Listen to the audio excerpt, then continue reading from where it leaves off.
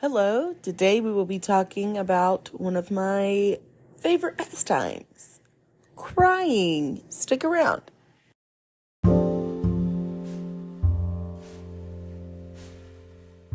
Hi friends, this is Bethany Jennings, and you're listening to We Should Talk. It's a podcast where we talk about anything and everything to encourage, equip, and empower you to be a decent human. Let's talk. Okay, so maybe crying isn't one of my favorite pastimes, but I have done it a lot in the past. I will do it a lot in the future. I'm a crier. I feel things deeply, very deeply. And I see that in Onyx. He feels very deeply. Silas at the moment, he feels happiness very deeply. He's very aggressive when he's happy. His arms flailing, his body tenses up. Anyways, so yeah, crying. We're going to talk about crying today. Why though? Why are we going to cry? I will say with nearly every emotion above like a level 4 on a scale of 1 to 10, I am usually crying. If I'm happy, I'm crying. Obviously, if I'm sad, I'm crying. Well, sometimes I don't cry when I'm sad. Sometimes I just sit there and stare blankly. Silas is with us. Onyx is napping, by the way. Just so you get a view of the scene you're coming into. I'm on the couch. Silas is with me. Onyx is napping in the bed. David is working at the church. Anyways, we're back. So yeah, like if I'm angry, better believe it. Like I try so hard not to cry, but if you get me to the point of tears, like I feel like I have lost whatever the battle was. I've lost. Happiness, 100% crying. Overstimulation, crying. You name it. If it's above a level 4, I'm crying. Which has been interesting, being a parent, because, you got to manage that. You can't melt while your kid's melting. You're supposed to stop the melt. Ice the melt. That's my job. I have to ice the melt. So I've been working on, not losing my cool. That was the aggression I was talking about. Silas was giving me some aggression there. Okay, so let's talk about crying. There is science to crying. It's not all, she's such a crybaby, or as my ancestors say and have said, he's got what do they say? He's got his bladder between his eyes. That's what my granny and my aunts and my mom say. Anyways, so let's talk about the science behind it, not just the euphemisms and the emotion, right? Some people cry immediately when they're upset or overwhelmed. Immediately. And this is your body trying to rebalance itself. I'm sorry. Silas is very vocal today. Here, you want your pappy friend? Hold on, don't fight me. He's so aggressive and large. He's 8 months old now, but he's wearing 12 to 18 month clothes because he is so long and he weighs so much. He's a junker butt. Anyways, if you cry immediately when you're upset or overwhelmed, it's actually your body trying to rebalance itself. So let's talk about why we cry. Most people are going to think, well, you cry because you're sad, which is, yes, that's true. But it's also connected to our nervous system.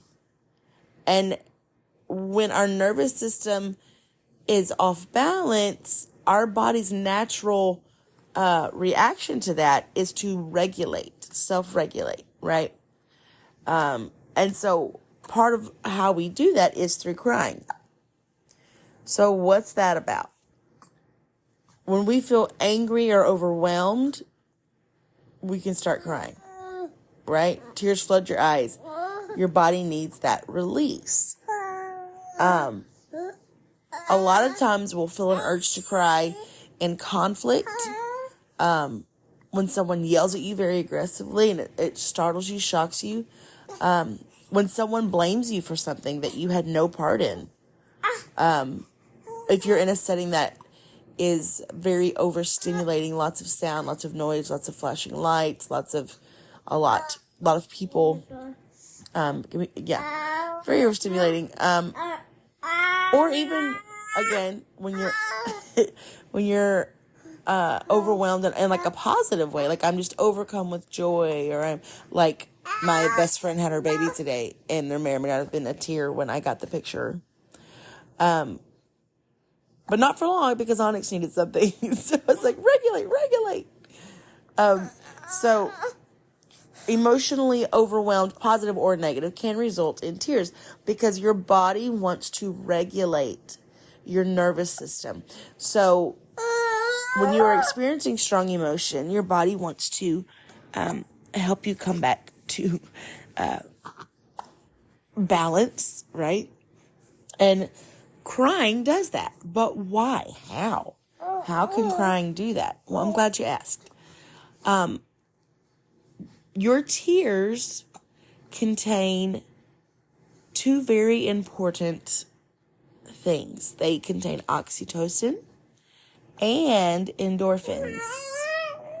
Research shows that oxytocin and endorphins are in our tears. So crying is it's called parasympathetic. It's a parasympathetic attempt to bring the body back to homeostasis. So bring it back to balance. Bring your body, homeostasis is back to everything's in one, or everything's together and go in the same direction, right? So the oxytocin and the endorphins in your tears are a result of the parasympathetic attempt to bring your body back to homeostasis. Did you catch that? It's a mouthful, lots of syllables. So basically, crying is your body's attempt to get you out of crisis mode, to get you out of fight, flight, fawn, right? Crying is I've talked about fight, flight, or fawn, I think, on some episode. I don't know. Maybe crisis or trauma, or I don't know. But that's the part of your brain that's like, oh my goodness, what are we going to do? I have to fight this person. I got to come out swinging. I got to run away, or I have to fawn and try to make this person like me. Your tears and the chemicals in your tears are your body's way of saying you don't have to do either of those three. You can be regulated. You can approach this in a calm way. You can approach this in a regulated way. You can approach this in a productive way. So because we get to this, we have an emotional instability or an emotional outburst or whatever, emotional irregularity, I should say.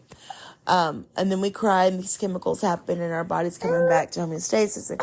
And so that's why after we cry, we're not in fight or flight mode anymore. After we cry, we feel relaxed and at ease. That's not just, oh, I'm just so exhausted from crying. No, that's your body calming down. After we get done with this cry fest, we feel relaxed and at ease. And that's because our parasympathetic nervous system has been activated and it is soothing us. My child needs some soothing right now. It is soothing us. Our cortisol levels are lowered when this happens. Hold on a second.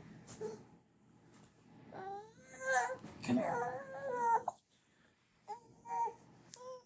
I know. I know. There you go. Okay, I'm so sorry. We're back.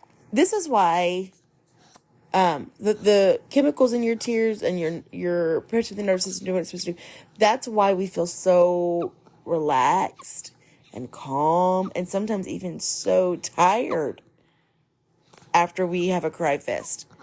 Our nervous system, our parasympathetic nervous system, is activated, and it has a soothing effect when it's activated.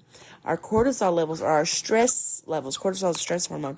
Our stress levels are lowered because of our tears, because of the oxytocin and endorphins in our tears. So when we try to hold back those tears, it can keep us in a dysregulated state, right? Your brain feels like it's vibrating, or you feel fuzzy, and the sound is like in a tunnel, and when you hold back those tears, you're in a dysregulated state. So we should let the tears go. Just let it flow. And of course, we don't always want to do that in public. Not necessarily as a sign of weakness. Like, it is what it is for me. Unless it's like a fight and I'm in conflict. I don't want that person to be like, especially if I'm fighting, if I'm in conflict with someone who is controlling or demeaning or like something like that. I don't want to give them the satisfaction. That's that's probably wrong of me, but I try not to do that because I don't want them to feel as if they have some sort of control over me, and that's something that I probably need to work on. But if you need to go find a private place to cry, do it. Just go take a minute and cry it out. Literally cry it out. Cry out the dysregulation. Cry out the cortisol. Cry out that stress hormone. You can literally cry it out. So, yeah.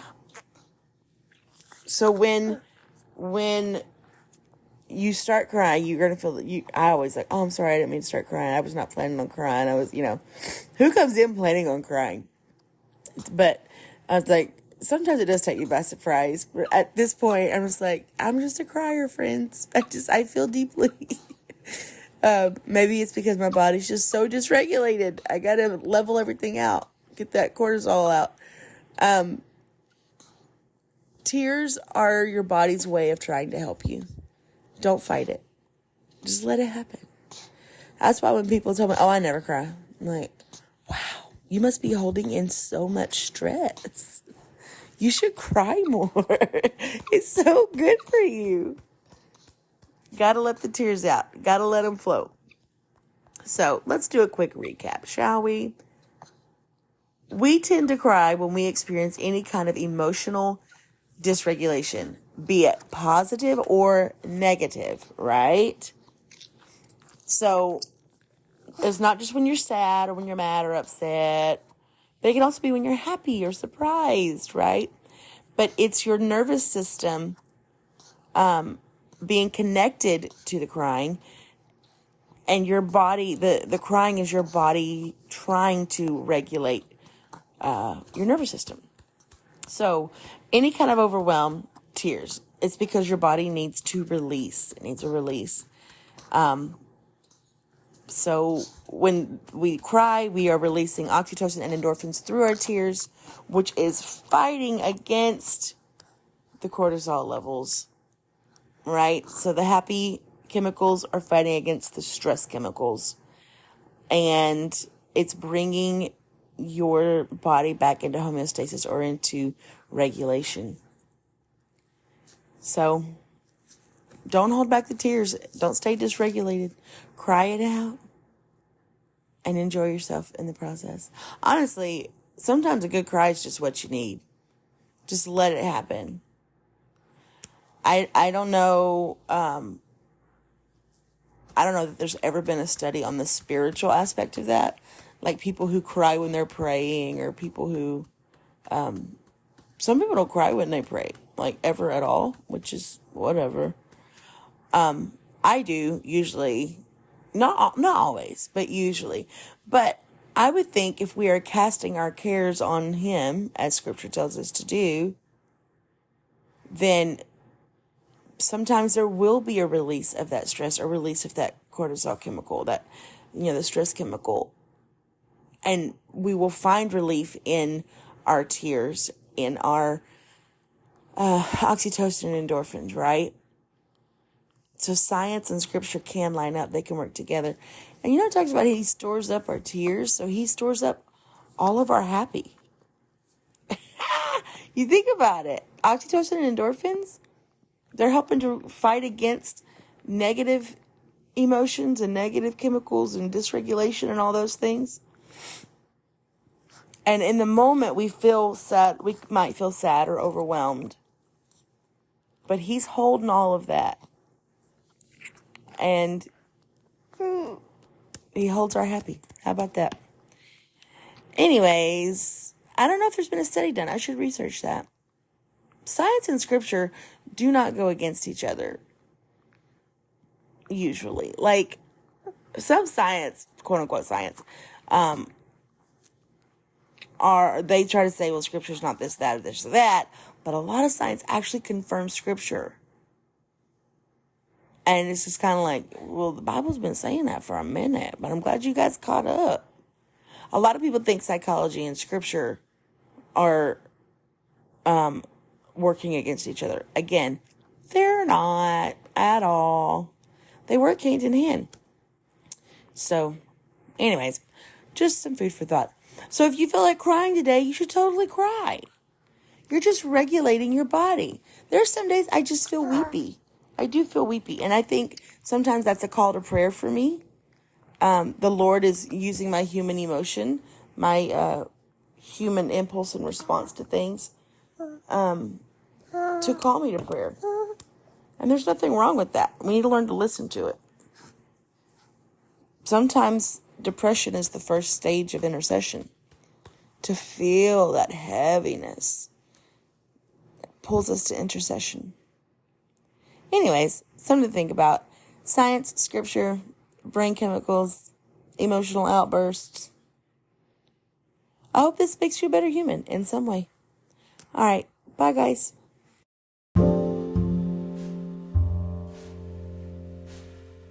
Well, that was fun. I'm glad you stuck around for the whole thing. And thank you for talking to me today. Y'all go like and follow and review and do all the podcast things that people do. And don't forget to be a good human.